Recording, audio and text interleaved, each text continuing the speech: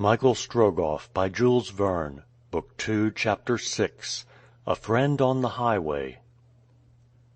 Half an hour afterwards, Michael and Nadia had left Tomsk.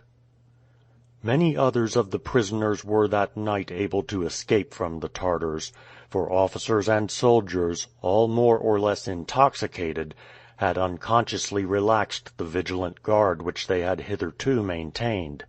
Nadia, after having been carried off with the other prisoners, had been able to escape and return to the square, at the moment when Michael was led before the Emir. There, mingling with the crowd, she had witnessed the terrible scene. Not a cry escaped her when the scorching blade passed before her companion's eyes. She kept, by her strength of will, mute and motionless. A providential inspiration bade her restrain herself and retain her liberty, that she might lead Marfa's son to that goal which he had sworn to reach. Her heart for an instant ceased to beat when the aged Siberian woman fell senseless to the ground, but one thought restored her to her former energy. "I will be the blind man's dog," said she. On Ogareff's departure, Nadia had concealed herself in the shade. She had waited till the crowd left the square. Michael, abandoned as a wretched being from whom nothing was to be feared, was alone. She saw him draw himself towards his mother, bend over her, kiss her forehead, then rise and grope his way in flight. A few instants later she and he, hand in hand, had descended the steep slope, when, after having followed the high banks of the Tom to the furthest extremity of the town, they happily found a breach in the enclosure. The road to Irkutsk was the only one which penetrated towards the east. It could not be mistaken. It was possible that on the morrow, after some hours of carousal, the scouts of the Emir, once more scattering over the steppes, might cut off all communication. It was of the greatest importance, therefore, to get in advance of them. How could Nadia bear the fatigues of that night, from the 16th to the 17th of August? How could she have found strength for so long a stage? How could her feet, bleeding under that forced march, have carried her thither? It is almost incomprehensible, but it is none the less true that on the next morning, 12 hours after their departure from Tomsk, Michael and she reached the town of Semylovskoe, after a journey of 35 miles. Michael had not uttered a single word. It was not Nadia who held his hand, it was he who held that of his companion during the whole of that night, but, thanks to that trembling little hand which guided him, he had walked at his ordinary pace. Semylovskoe was almost entirely abandoned. The inhabitants had fled. Not more than 2 or 3 houses were still occupied. All that the town contained, useful or precious, had been carried off in wagons. However, Nadia was obliged to make a halt of a few hours. They both required food and rest. The young girl led her companion to the extremity of the town. There they found an empty house, the door wide open. An old rickety wooden bench stood in the middle of the room, near the high stove which is to be found in all Siberian houses. They silently seated themselves. Nadia gazed in her companion's face as she had never before gazed. There was more than gratitude, more than pity, in that look. Could Michael have seen her, he would have read in that sweet, desolate gaze a world of devotion and tenderness. The eyelids of the blind man, made red by the heated blade, fell over half his eyes. The pupils seemed to be singularly enlarged. The rich blue of the iris was darker than formerly. The eyelashes and eyebrows were partly burnt, but in appearance at least, the old penetrating look appeared to have undergone no change. If he could no longer see, if his blindness was complete, it was because the sensibility of the retina and optic nerve was radically destroyed by the fierce heat of the steel. Then Michael stretched out his hands. "Are you there, Nadia?" he asked. "Yes," replied the young girl. "I am close to you, and I will not go away from you, Michael." At his name, pronounced by Nadia for the first time, a thrill passed through Michael's frame. He perceived that his companion knew all, who he was. "Nadia," replied he, "we must separate." "We separate? How so, Michael?" "I must not be an obstacle to your journey. Your father is waiting for you at Irkutsk. You must rejoin your father." "My father would curse me, Michael, were I to abandon you now, after all you have done for me." "Nadia, Nadia," replied Michael, "you should think only of your father." "Michael," replied Nadia, "you have more need of me than my father. Do you mean to give up going to Irkutsk?" "Never!" cried Michael, in a tone which plainly showed that none of his energy was gone. "But you have not the letter." "The letter of which Ivan Ogareff robbed me. Well, I shall manage without it, Nadia. They have treated me as a spy. I will act as a spy. I will go and repeat at Irkutsk all I have seen, all I have heard. I swear it by heaven above. The traitor shall meet me one day face to face, but I must arrive at Irkutsk before him." "And yet you speak of our separating, Michael." "Nadia, they have taken everything from me." "I have some roubles still, and my eyes. I can see for you, Michael, and I will lead you thither, where you could not go alone." "And how shall we go?" "On foot." "And how shall we live?" "By begging." "Let us start, Nadia. Come, Michael." The two young people no longer kept the names brother and sister. In their common misfortune they felt still closer united. They left the house after an hour's repose. Nadia had procured in the town some morsels of chornakelb, a sort of barley bread, and a little mead called miod in Russia. This had cost her nothing, for she had already begun her plan of begging. The bread and mead had in some degree appeased Michael's hunger and thirst. Nadia gave him the lion's share of this scanty meal. He ate the pieces of bread his companion gave him, drank from the gourd she held to his lips. "Are you eating, Nadia?" he asked several times. "Yes, Michael," invariably replied the young girl, who contented herself with what her companion left. Michael and Nadia quit Semilowskoe, and once more set out on the laborious road to Irkutsk. The girl bore up in a marvelous way against fatigue. Had Michael seen her, perhaps he would not have had the courage to go on. But Nadia never complained, and Michael, hearing no sigh, walked at a speed he was unable to repress. And why? Did he still expect to keep before the Tartars? He was on foot, without money, he was blind, and if Nadia, his only guide, were to be separated from him, he could only lie down by the side of the road and there perish miserably. But if, on the other hand, by energetic perseverance he could reach Krasnoyarsk, all was perhaps not lost, since the governor, to whom he would make himself known, would not hesitate to give him the means of reaching Irkutsk. Michael walked on, speaking little, absorbed in his own thoughts. He held Nadia's hand. The two were in incessant communication. It seemed to them that they had no need of words to exchange their thoughts. From time to time Michael said, "Speak to me, Nadia." "Why should I, Michael? We are thinking together," the young girl would reply, and contrived that her voice should not betray her extreme fatigue. But sometimes, as if her heart had ceased to beat for an instant, her limbs tottered, her steps flagged, her arms fell to her sides, she dropped behind.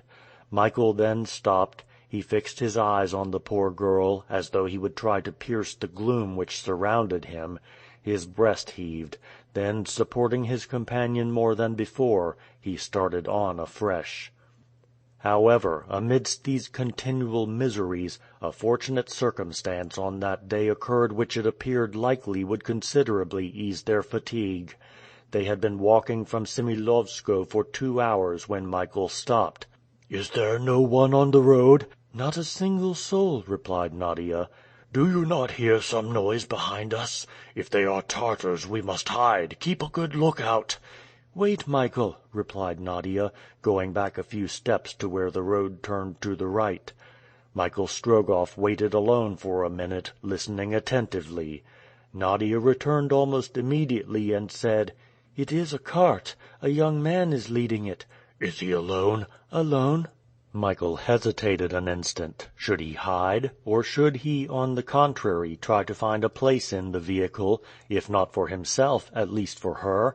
For himself, he would be quite content to lay one hand on the cart, to push it if necessary, for his legs showed no sign of failing him, but he felt sure that Nadia, compelled to walk ever since they crossed the Obi, that is for 8 days, must be almost exhausted. He waited. The cart was soon at the corner of the road. It was a very dilapidated vehicle, known in the country as a kibitka, just capable of holding 3 persons. Usually the kibitka is drawn by 3 horses, but this had but 1, a beast with long hair and a very long tail. It was of the Mongol breed, known for strength and courage. A young man was leading it, with a dog beside him. Nadia saw at once that the young man was Russian. His face was phlegmatic but pleasant, and at once inspired confidence. He did not appear to be in the slightest hurry. He was not walking fast that he might spare his horse, and, to look at him, it would not have been believed that he was following a road which might at any instant be swarming with Tartars. Nadia, holding Michael by the hand, made way for the vehicle. The kibitka stopped, and the driver smilingly looked at the young girl. "And where are you going to in this fashion?" he asked, opening wide his great honest eyes. At the sound of his voice, Michael said to himself that he had heard it before, and it was satisfactory to him to recognize the man, for his brow at once cleared. "Well, where are you going?" repeated the young man, addressing himself more directly to Michael. "We are going to Irkutsk," he replied. "Oh, little father, you do not know that there are still versts and versts between you and Irkutsk?" "I know it." "And you are going on foot?" "On foot." "You, well, but the young lady?" "She is my sister," said Michael, who judged it prudent to give again this name to Nadia. "Yes, your sister, little father, but believe me, she will never be able to get to Irkutsk." "Friend," returned Michael, approaching him, "the Tartars have robbed us of everything, and I have not a kopeck to offer you. But if you will take my sister with you, I will follow your cart on foot. I will run when necessary. I will not delay you an hour." "Brother," exclaimed Nadia, "I will not! I will not! Sir, my brother is blind." "Blind?" repeated the young man, much moved. "The Tartars have burnt out his eyes," replied Nadia, extending her hands, as if imploring pity. "Burnt out his eyes? Oh, poor little father! I am going to Krasnoyarsk. Well, why should not you and your sister mount in the kibitka? By sitting a little close it will hold us all 3. Besides, my dog will not refuse to go on foot. Only I don't go fast, I spare my horse." "Friend, what is your name?" asked Michael. "My name is Nicholas Pigasov." "It is a name that I will never forget," said Michael. "Well, jump up, little blind father. Your sister will be beside you in the bottom of the cart. I sit in front to drive. There is plenty of good birch bark and straw in the bottom. It's like a nest. Serko, make room!" The dog jumped down without more telling. He was an animal of the Siberian race, gray hair, of medium size, with an honest big head, just made to pat, and he, moreover, appeared to be much attached to his master. In a moment more, Michael and Nadia were seated in the kibitka. Michael held out his hands as if to feel for those of Pigasov. "You wish to shake my hands?" said Nicholas. "There they are, little father. Shake them as long as it will give you any pleasure." The kibitka moved on. The horse, which Nicholas never touched with the whip, ambled along. Though Michael did not gain any in speed, at least some fatigue was spared to Nadia. Such was the exhaustion of the young girl that, rocked by the monotonous movement of the kibitka, she soon fell into a sleep, its soundness proving her complete prostration. Michael and Nicholas laid her on the straw as comfortably as possible. The compassionate young man was greatly moved, and if a tear did not escape from Michael's eyes, it was because the red-hot iron had dried up the last. "She is very pretty," said Nicholas. "Yes," replied Michael. "They try to be strong, little father, they are brave, but they are weak after all, these dear little things. Have you come from far?" "Very far." "Poor young people, it must have hurt you very much when they burnt your eyes." "Very much," answered Michael, turning towards Nicholas as if he could see him. "Did you not weep?" "Yes." "I should have wept too, to think that one could never again see those one loves. But they can see you, however. That's perhaps some consolation." "Yes, perhaps. Tell me, my friend," continued Michael, "have you never seen me anywhere before?" "You, little father? No, never." "The sound of your voice is not unknown to me." "Why," returned Nicholas, smiling, "he knows the sound of my voice. Perhaps you ask me that to find out where I come from. I come from Kolyvan."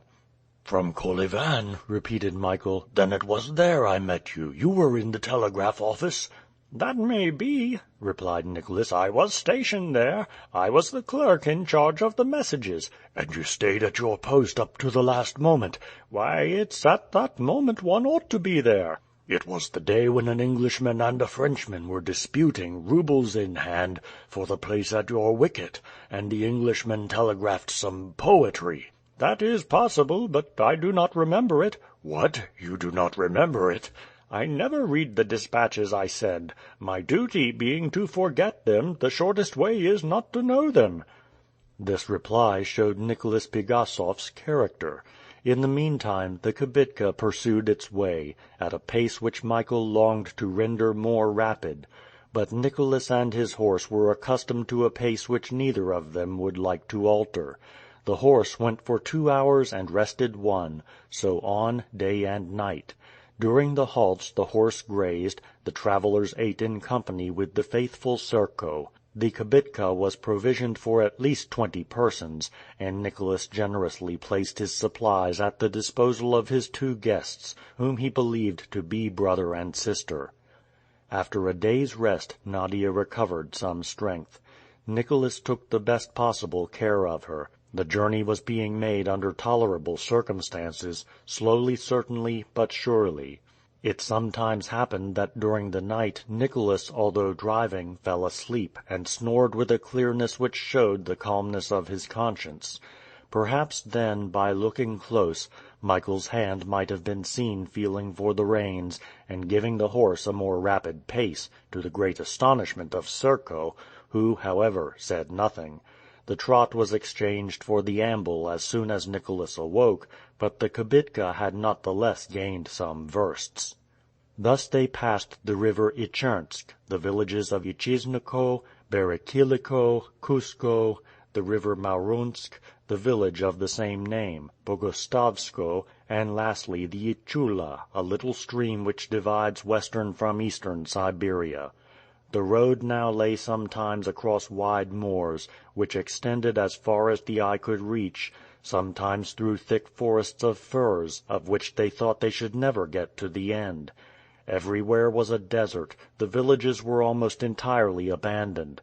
The peasants had fled beyond the Yenisei, hoping that this wide river would perhaps stop the Tartars. On the 22nd of August, the kibitka entered the town of Atchinsk, 250 miles from Tomsk.